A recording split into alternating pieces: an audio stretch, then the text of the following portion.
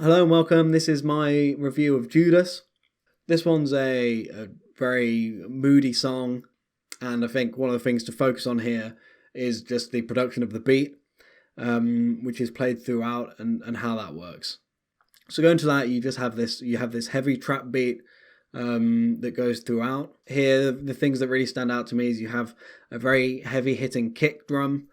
It's a really hard hitting kick with a lot of pop to it. The hi-hats and the hi-hat rolls are pretty creative.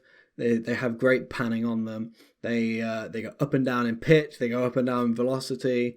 So this has really been sort of curated and thought about to get this trap style. You have the classic trap snare, very tight, nothing to really explain more about that. So as you can see, these are all the puzzle pieces for a good trap beat. I see so much fake love, go away with the fake stuff. I see so much fake love. So let's talk about the bass, let's talk about the 808.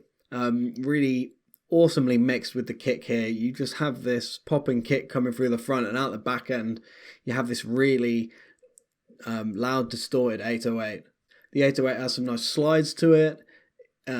Even though it's a bit distorted and rumbly, it's super clean, and it walks those bass notes. And it walks those bass notes with depth and power, and that's what you want for this style.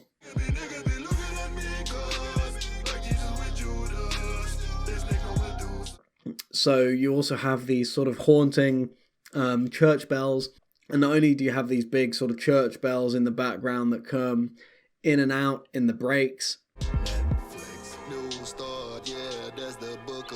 you have these sort of vocal-like synths that come through the back. Again, super sort of haunting and scary. And then you have the chords played by an organ.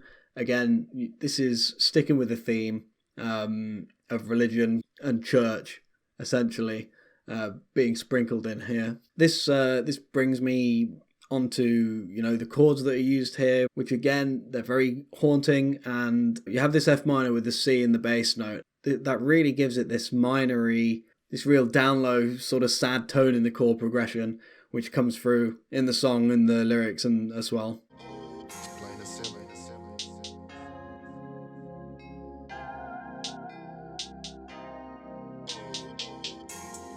The overall arrangement and composition here has a good few changes.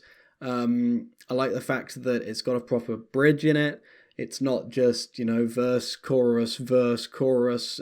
It changes up the flow, it changes up the rhythm halfway through, keeps you interested, keeps you going. It's done really well. So talking about the vocal production now, you have this really interesting harmony setup. The vocalist has a pretty interesting range going on. A lot of the rapping is super low, but it's contrasted with these higher registers that come in sort of in the chorus and areas like that. This is layered with that sort of perfect harmony. It actually reminds me of some old Eminem. If you listen to tracks like Shake That, it has this sort of deep altered voice at the bottom, and layered on top of that is the sort of higher dronier, the sort of higher whinier voice. And who isn't an Eminem fan? So that's really good.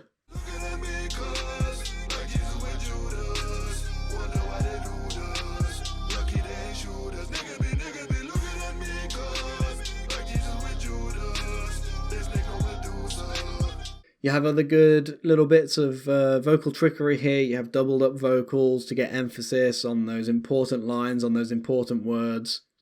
There's good variation on the delivery. You have more flat delivery lines, and then you have a bit more anger in there and a bit of build up where it's necessary.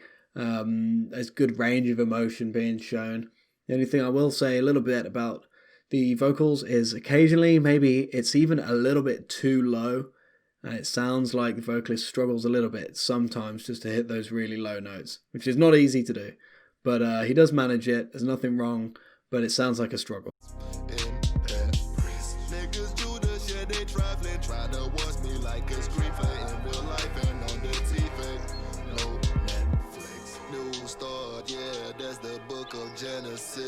For the lyrics, I have a little bit of a soft spot for metaphors, and this is full of them, and a lot of references to biblical topics, obviously with the name being Judas, and what that implies, with feelings of, betrayal and untrustworthiness. These are all coming through in different little pockets of metaphors and related things relating real life to those sort of stories. There's a couple of places where maybe I don't think it runs so smoothly. I think at one point the line is, "Oh no, hell no, yeah oh, yeah no, emotion," which is a little bit of a stretch. I like the effort though.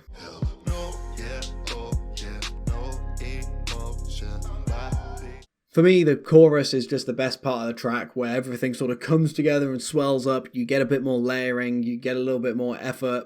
I really like the rhythm in the chorus, and the delivery as well is just super tight.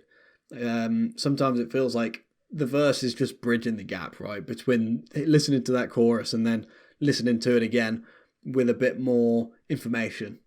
The mix is pretty good as well. It has that trap sort of mixing style where the hi-hats are a bit too loud, but it's done on purpose. The main thing here is that the bass and the kick don't fight each other. There's great sidechain being applied there. The vocals really push through the front with the synths just sitting in the back.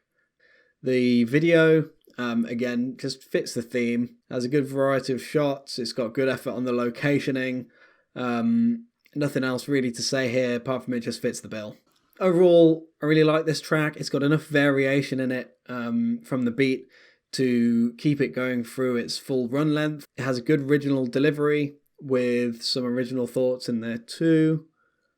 I think with the sea full of sort of emo rap and trap variations on rap, this one still manages to feel quite original and is a good piece of art.